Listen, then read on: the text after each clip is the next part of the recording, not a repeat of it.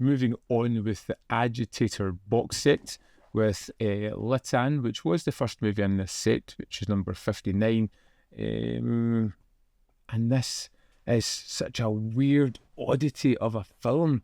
It is very much atmospheric. It doesn't have as strong a narrative as, say, something like Kill the Referee or a plain laid out narrative like that. Litan is all about a small community.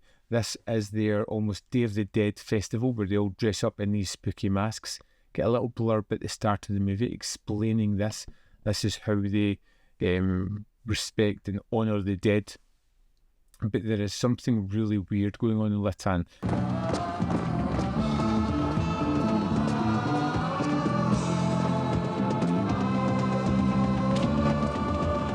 Our main character of Nora wakes up from a nightmare. This strangely cut together sequence shows all the things that are going to happen throughout this day. She wakes up, she is so disturbed by this dream that she needs to find Jock, her husband, and she goes through the city where everybody's wearing these masks, where they are making music, where they are scaring each other, where they are running in this playfully disturbing way.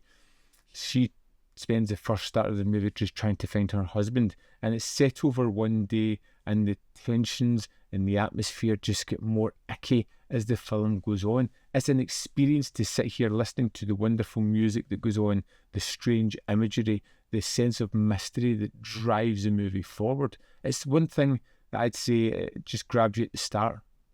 What the hell is going on here? Now, there may not be as many answers as you hope come the end of it, but by that point it doesn't matter, because you feel as if this couple have been through real danger and will be lucky if they manage to make it out of this city alive.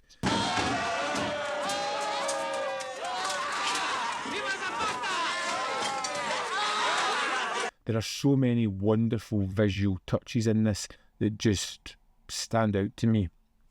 That opening nightmare sequence is wonderfully put together, almost like a horrific trailer for what's to happen, and we can follow that along as we see certain sequences come to life, and we know the ultimate end of that dream. And will that happen in the movie as well? Can they change what's going on? Why are people falling into the water and being dissolved by some blue like eel? Why are people losing their selves, becoming catatonic and having visions of people within their eyes? Whenever somebody looks, there's a reflection of a strange man, almost as if someone is living within their body.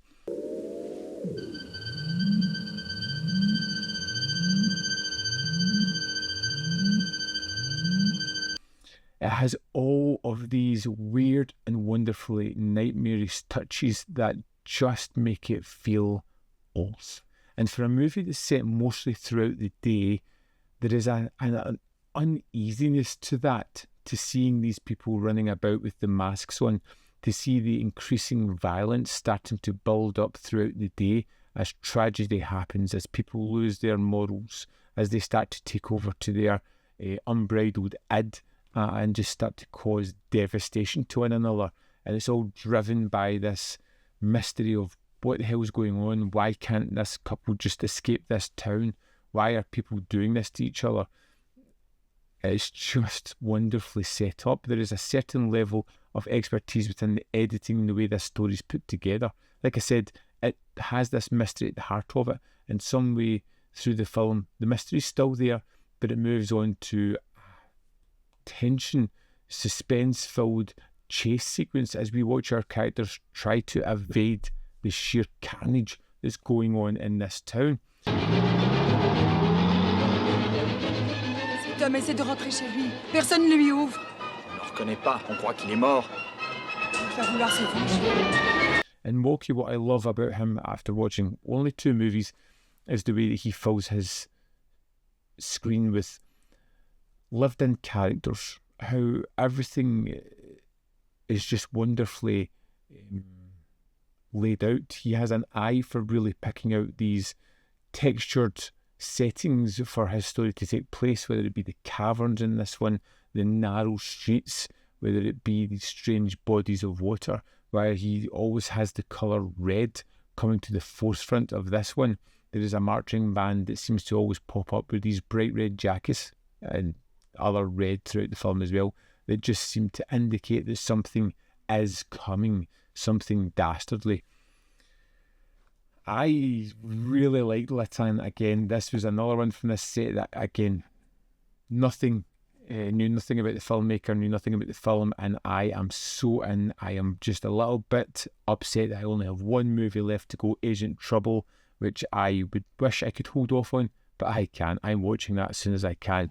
This was a strange oddity of a film, mesmeric, compelling, twisted.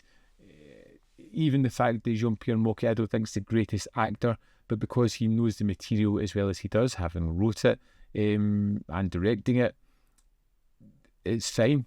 It offers no distraction for me, other than the first couple of sequences when he's in there. Do yourself a favour. I've not even got to the third movie yet, but pick up this set. It is wonderful. Any genre fans out there, you're going to find something truly remarkable here. I would love to know your thoughts on Litan, but first, let's have a look at the extras. Here we are in the disc for Litan. Let's go to the special features. First up, we have Small Town Masquerade, Love, Deaths and Dreams of Litan. Journalist and critic Anton Bitel explores the eerie symbolism and nightmare logic of Mocky's Litan, examining the film's fantastical influences and its surreal imagery.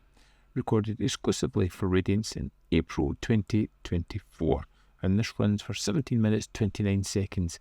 And I really like this one because Anton tries to explain the movie, which I like his take on it. I don't necessarily feel as though it needs an explanation, and tries to look at some of the symbolism and what it could be alluding to as well. Next up, we have Behind the Scenes documentary. Originally produced for French television in 1982, this behind the scenes documentary takes you on the set alongside Mocky for the filming of Litan, and this runs at 26 minutes and 18 seconds. And that is exactly what it describes there.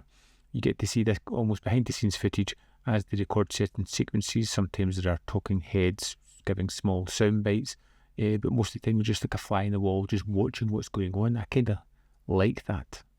Finally, we have Jean-Pierre Mocky, a 1982 interview with Jean-Pierre Mocky where he discussed his long-held fascination with fantasy cinema and how he conceives of the fantastic in regard to his own films, which runs for 13 minutes. Now, I like this one because he's talking about how the French regard fantasy cinema, how he's tried to have elements of it in his other movies, and how he particularly enjoys this genre. And that's the extras for Litan.